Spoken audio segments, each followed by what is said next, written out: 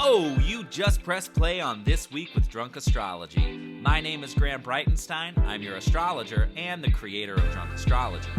If you're looking for someone to make astrology make sense to you and for you, well, my friend, you have come to the right place. Here on this podcast, we discuss the weekly cosmic weather. And when we break it down, we break it down. I believe that astrology can be used as a tool to inform your daily decisions and enhance your day-to-day life.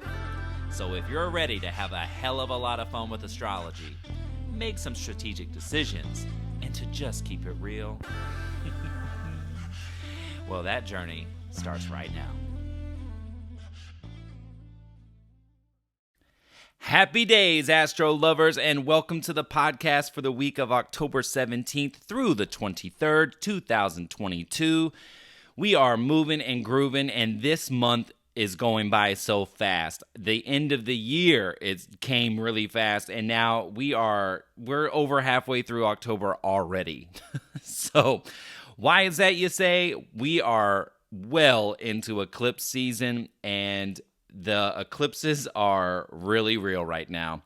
You're not going crazy. This podcast is coming at you later than it normally does because in your astrologer's life, the eclipses are coming in hot, hot, hot.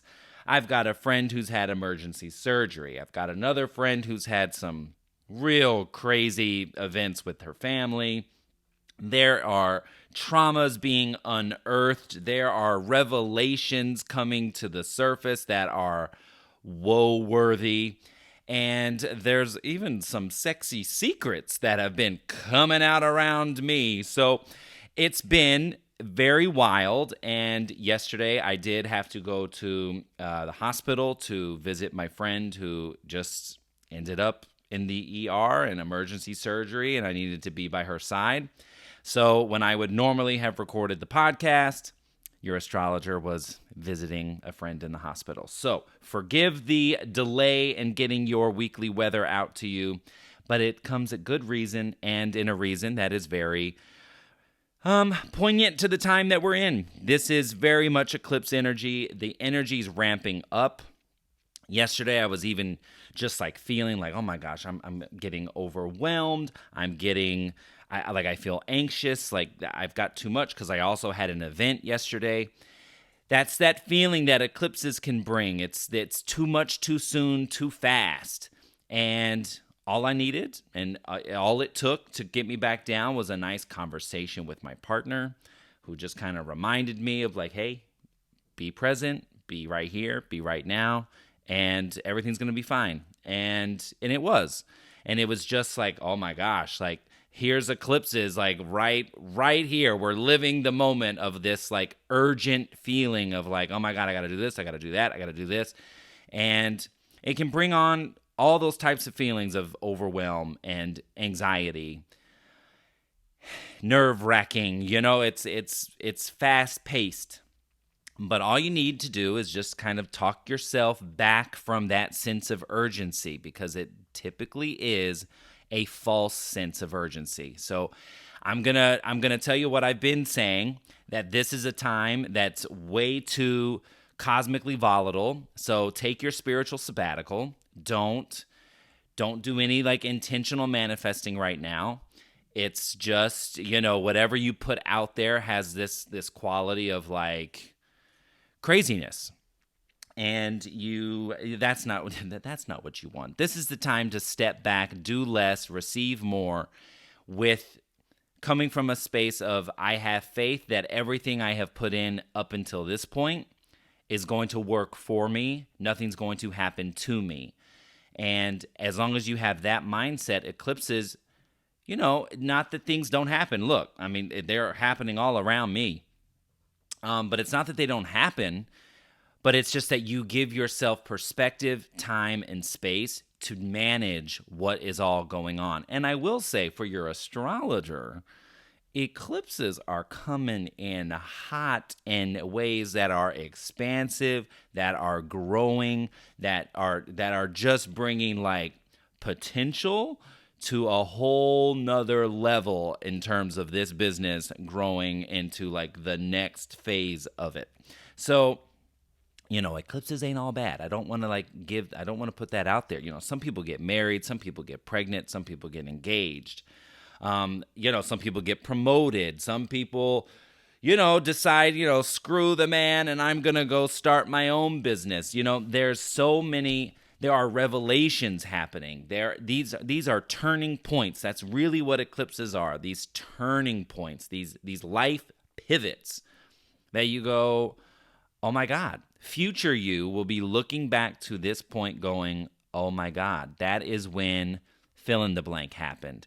That's when I realized fill in the blank. Okay, and remember, we are in chapter 3 of a 5-part story.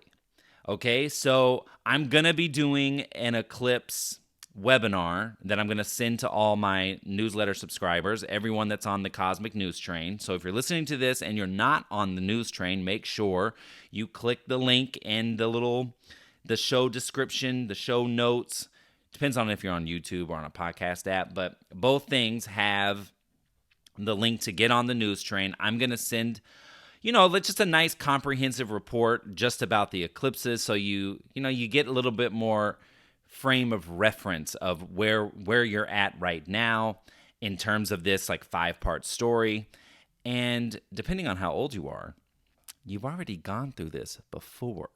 Okay, so you get a little idea. I have the feeling that I'm going to be moving somewhere by the end of this cycle. And this is going to be real interesting. By the time part 5 comes, I feel like there's going to be a move. We'll see, because this is a cycle that I have lived through before. And I moved I moved twice during that. So we'll see. Exciting times. All right, this week, I'm not even gonna play with you. This week, it's like Monday, Tuesday, Wednesday have all kinds of, and actually, if you're on the East Coast, we can throw Thursday. You know what? It's a wild week. I'm just going to say that. It's a wild week. We have so much energy taking place this week, so many potent aspects. Even today, Monday, October 17th, there's a lot. Now, let's celebrate a couple things first and foremost before we talk about everything else. Mercury clears his retrograde shadow today, October 17th, so goodbye to the craziness that was Mercury retrograde. That 3-part story is over. O-V-A or O-V-E-R, if you want to be, vocabulary correct. But it's over. So goodbye, Mercury retrograde. We'll holla at you in December, and then December, January, it happens again. But hey, whatever. That's not what we're focusing on. We're focusing on the here and now. Mercury retrograde, retro shade, everything over. Pluto retrograde. That energy that dissipated over 2 weeks, baby, over. So now Pluto is moving and grooving, going forward. Now, what we start feeling, though, today, you see how Monday is just already potent, and we're just talking about energy dissipating. We start feeling Saturn's direct station now. So this week, you heard it correctly. This is why I called October the month of pivots. If you didn't listen to that October horoscope that I sent to all the people on the news train, you better get on it, because this is the month of pivots, because so many planets are shifting direction. So Saturn's going to station direct in Aquarius this Saturday, but he's one of our outer planets. So we got to give him 5 days before and 5 days after. So depending on where Saturn and Aquarius is in your chart, you might be feeling like, oh, I fell off the bandwagon here. Or for me, it's in the 6th house. It's my wellness routines. And I totally fell off the bandwagon. Not as I have before, but I was doing a program, and then the last 2 weeks of the program, I have totally what's supposed to take 2 weeks is probably taking close to a month.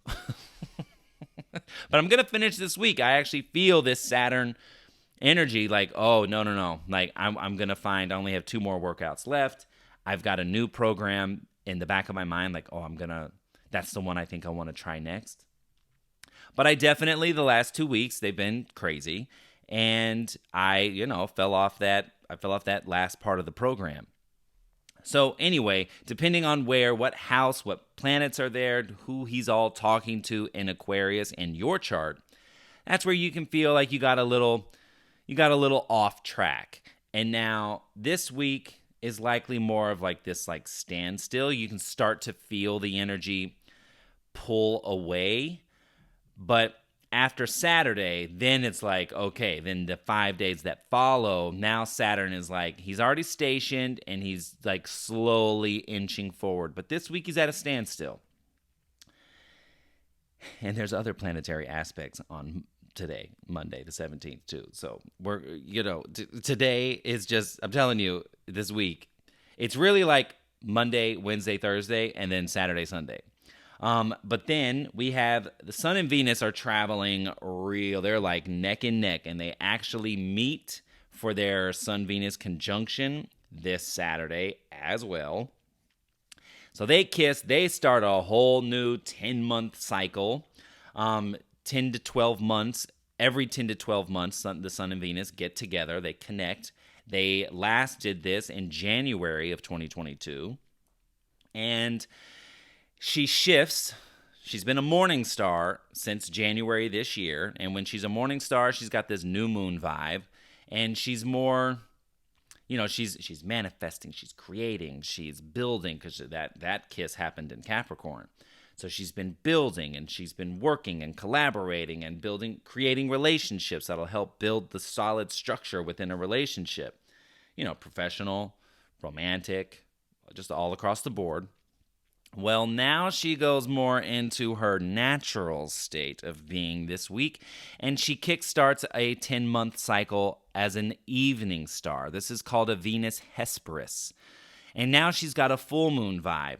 So now she's more like yin. She's more receptive. She's more passive. She's more creative. She's more like, hey, really, like, I'm going to just do less and receive the adornment that I would like. But what's real interesting about this Venus star point is it's taking place at 29 degrees of Libra. So some of you might go, wait a minute, 29 degrees? Why does that feel like something? Well, that is what is known as the anaretic degree of a sign. It is it's like the final event of that energy, that sign, and that planet in that sign. So this is a cycle around, it's like the question is, did you learn the lesson of Libra, right? Which is Venus's favorite sign. Did you learn the lesson? And so this is, and it's an ending energy because it's just about to switch over to 0 degrees of the next sign.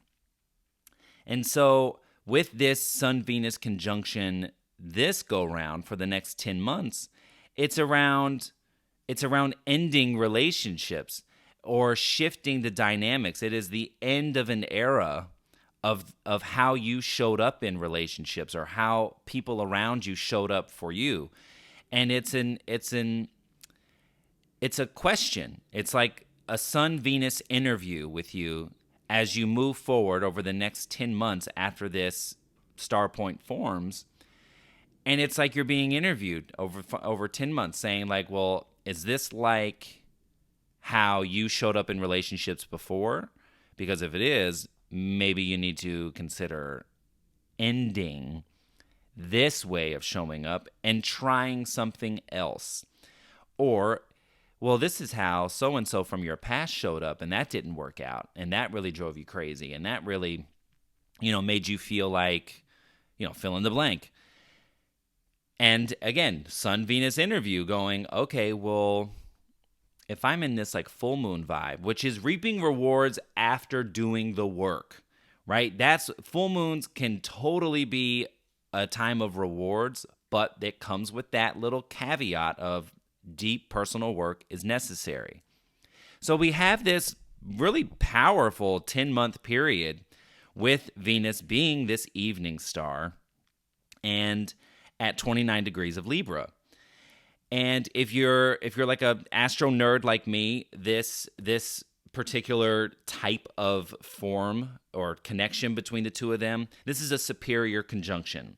So that means the sun is between the Earth and Venus. So she is as far as she can be. And while she's like this, she's more self-focused. She's more feelings-based. Feelings can be more controlled as a morning star. And in my birth chart, I am a morning star. When I feel something, I'm more assertive about it. I'm more aggressive. And you'll find that, people that have that are natal evening star Venus, they have more, they have a little bit more emotional control. They're a little bit more likely to take more time to process their feelings. And us morning stars are like, well, who's got time for that? But that's the vibe she's going to take on. She's going to take more yin energy on for the next 10 months as she's releasing and ending cycles and ending dynamics in relationships or relationships themselves that do not serve, that are just like old cycled, right? So if you just, I hearken to believe that if you are someone who repeats patterns within relationships, that over the next 10 months, you are going to be interviewed, challenged, and encouraged to stop that ish. Okay? Now, also this weekend, we have Scorpio seasoning beginning. Scorpio seasoning. Perfect, Graham. Scorpio season begins. Venus, because the sun and Venus are so close, they just kissed the day before, but Venus will also enter Scorpio. Juno, our lovely asteroid of marriages and relationships, stations direct on Sunday as well. You hear all this energy and all these aspects Monday, Tuesday, Wednesday, and East Coast time, Thursday, and then Saturday, Sunday, right? There's a lot going on. So why don't we jump into the moons and get going? Because the moons, they've got some potent aspects too. So today, Monday, October 17th, the moon is in Cancer, going void at 1:56 p.m. Pacific. Remember, all the times I give you are Pacific Daylight Time, so adjust for your time zones. Cancer moon goes void with an opposition to Pluto. So there is a release, there's a put out, there is some sort of polarizing change taking place. And I'll say that yesterday, Sunday the 16th, while I was at one of my favorite places, it's called Wild Bunch in downtown LA, doing events and doing readings all day, there were lots of revelations happening, very much a Cancer moon going void with an opposition to Pluto. There were a lot of deep, personal aha moments and things that were like coming to light with the cards, because I do all oracle readings when I'm at events. Baby. I was like, oh, here's that Cancer moon. And that's in my 11th house of communities and groups. So, of course, I was out and about at an awesome event with, lots of great people that were ready to, see what was in the cards for them. And it was very powerful. And that's the energy of this like Cancer moon going void with an opposition to Pluto, because Pluto is doing that deep, slow, transformative change on a cellular level. So it can be a little like emotionally exposing. Then at 9:45 p.m. tonight, the moon enters Leo and has a trine to Jupiter a couple hours later. That's really nice and expansive and growing. Tuesday, the Leo moon only makes one aspect, a sextile to Mercury at 10:16 at night. So great day Tuesday. There's also a lovely Venus-Mars trine we'll talk about in a second. On Wednesday, the Leo moon is very busy. He's got 1, 2, 3, 4, 5 aspects, and 1, 2, 3 of them are in the smack dab middle of the day, and they're all challenging, friction. There's a lot happening, or you're creating a lot. The Leo moon is, very creative, has a lot to do with kids. So if you're someone with kids, there could be a little bit of struggle there, just like, some annoyances because there is a quincunx there. On Thursday, the 20th, the Leo moon goes void at 3:35 in the morning with a sextile to the sun. So that makes the Leo moon on Monday night, Tuesday, Wednesday, and early Thursday morning. Very, very forward-moving, collaborative. You might be like nervous, excited. Like that's a lot of fun, fiery energy.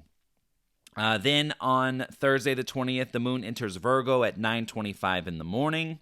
Has an adjustment to Jupiter soon after that. And other than that, no other aspects.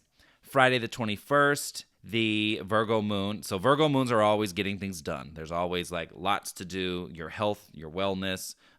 Great days for making a doctor's appointment, a dentist appointment, whatever. Virgo moons are always good for just like checking things off the to-do list, creating to-do lists, getting organized.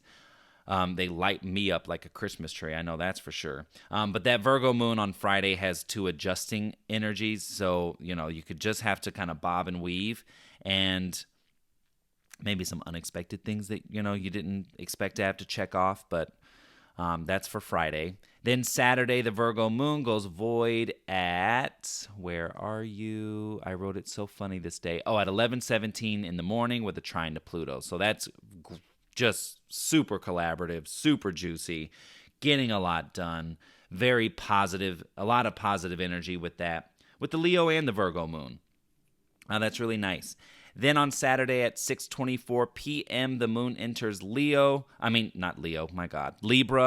has an opposition to Jupiter shortly after that. So that's a little bit of like, that there's too much energy within relationships or partnerships. You might say something that you don't, you might overspeak with a Libra moon opposite Jupiter in Aries. So, just watch that. It's a little fiery energy. Then the moon is in Libra all day Sunday the 23rd, a really busy day. And then Monday the 24th, the Libra moon goes void at 5:36 p.m. with a square to Pluto. So that's friction and tension. That's an energy of overcoming something. So relationships can be just a little annoying. They could be a little like, ugh. You might grit your teeth like I just did. But it's always an energy of action to overcome the tension. And so that's the moons of the week. So the Cancer moon on today, the 17th, we have a quarter moon at 10:15 in the morning. So quarter moons are these like stress-inducing days. It could be like emotional. You can be highly volatile with a Cancer quarter moon. Just like at the drop of a hat, like someone ticks you off, and you're just like, ah! That's like the energy. Now, quarter moons are looking for balance, right? So, with Cancer energy, let's look to Capricorn, its opposite sign, to say like, okay, where would I or this situation do well with better form, more structure, more of a solid foundation? What's necessary? How do I balance out my emotional response and with like my logical response? That's kind of the energy of a Cancer quarter moon. But now, with the planets, because we got a lot to talk about. Monday alone, we already talked that Mercury clears his retrograde shadow. We finally have cleared the Pluto retrograde or Pluto station direct energy. On Monday, we have a Sun-Mars trine, which is phenomenal energy. We love that. That is forward motion. Sun's in Libra, Mars is in Gemini, so they are communication. How do we grow together? What's our plan together? Let's strike a deal. So it's a great day for meetings, proposals, and yours truly has one just after recording this podcast. But then at 3 p.m., Venus has an adjustment to Neptune. So again, Venus is in Libra, trying to figure out what the hell Neptune in Pisces is doing, wants to do. It's getting clear on the dream, getting clear on the vision. How do I... probably have to do a little bit of research. Use that air component of Venus to whatever's like unclear to you. Start to Googling.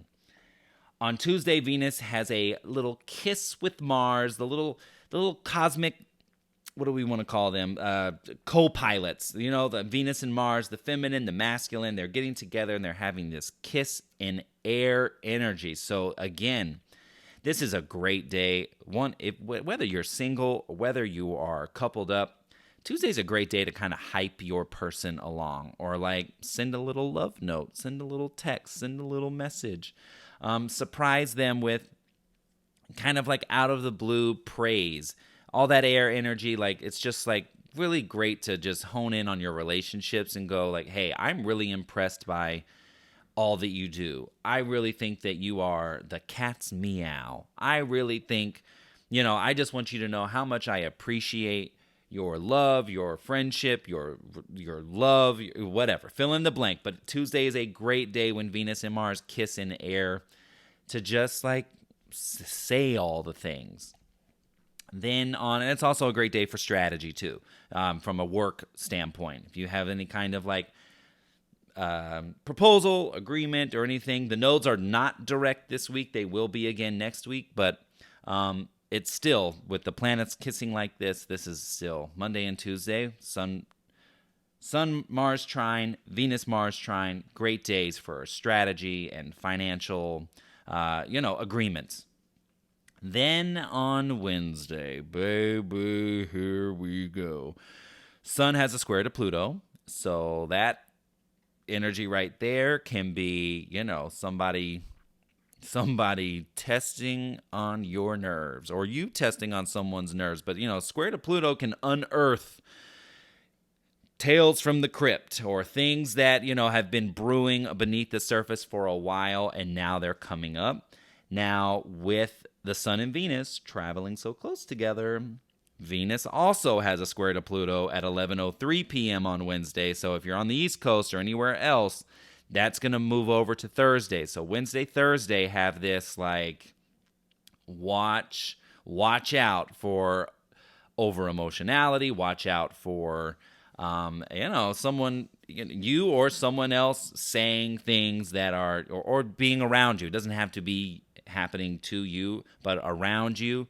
You might be hearing things, especially within relationship dynamics, on, you might be hearing some deep, deep stuff going on here. So just watch for like revelations, but watch for friction within relationships, tension, and things kind of like boiling beneath the surface. You likely already feel this. If this is you and it's relevant to you, you likely already feel that there's like, beneath the surface, things are boiling. And those types of things are likely to pop. Remember, we're also in eclipses.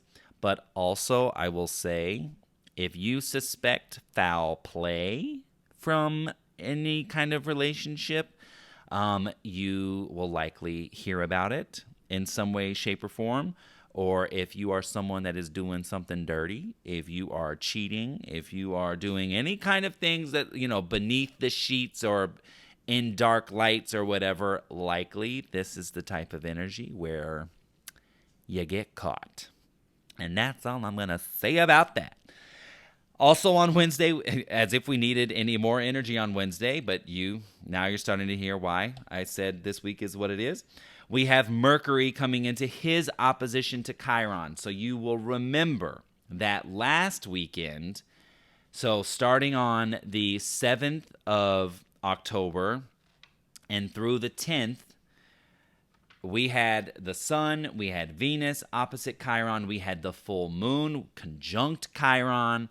Well, you can take the energy of last weekend and now put that in this week. Now, likely, Now we're going to talk about it more. It's going to come up again, okay? Because now Mercury has something to say. It's the same day as he's squared to Pluto, so you can just imagine if you were someone who had a real difficult weekend last weekend into last Monday, the 10th, well, you can likely expect that you are going to revisit those conversations or revisit that wound, that trigger, that trauma, that like emotional scar energy, right? It's going to come up. Now, You've been warned, okay? With the squares to Pluto, with the opposition to Chiron, emotions are going to be running high.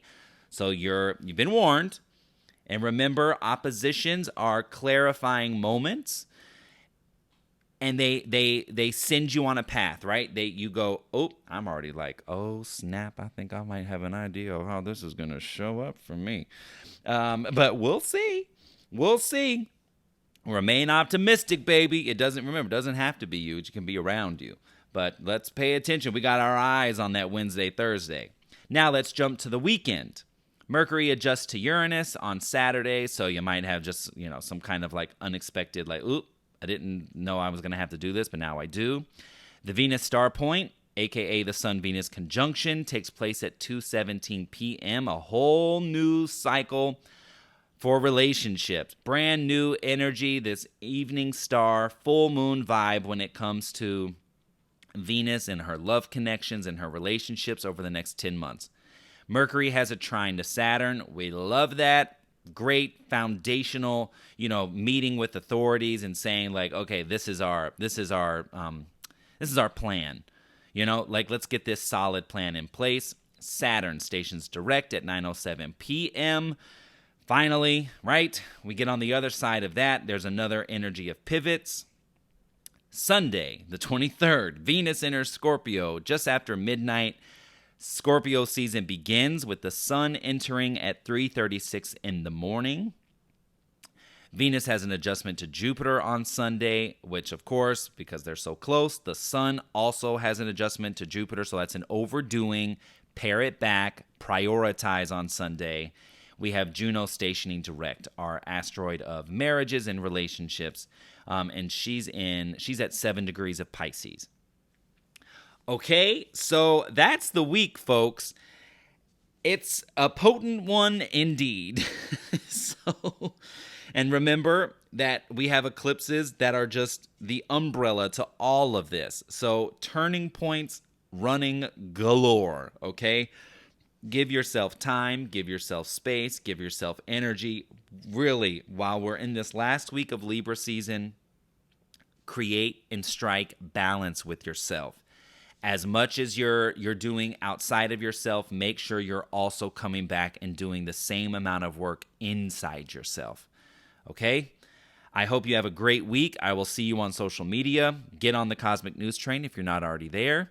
And I will see you soon. All right, have a great week. Bye.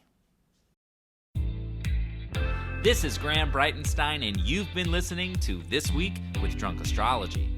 If you want to follow Drunk Astrology, head to Instagram, Facebook, Twitter, and hit that follow button. And if you want to learn how to put astrology in motion for you, head to drunkastro.com and get on the insider list. If you haven't already, subscribe, rate, and review this podcast on Apple, Spotify, and Google platforms. Tune in next week for yet another opportunity to work in sync with the stars. Thanks for listening, and I'll see you soon.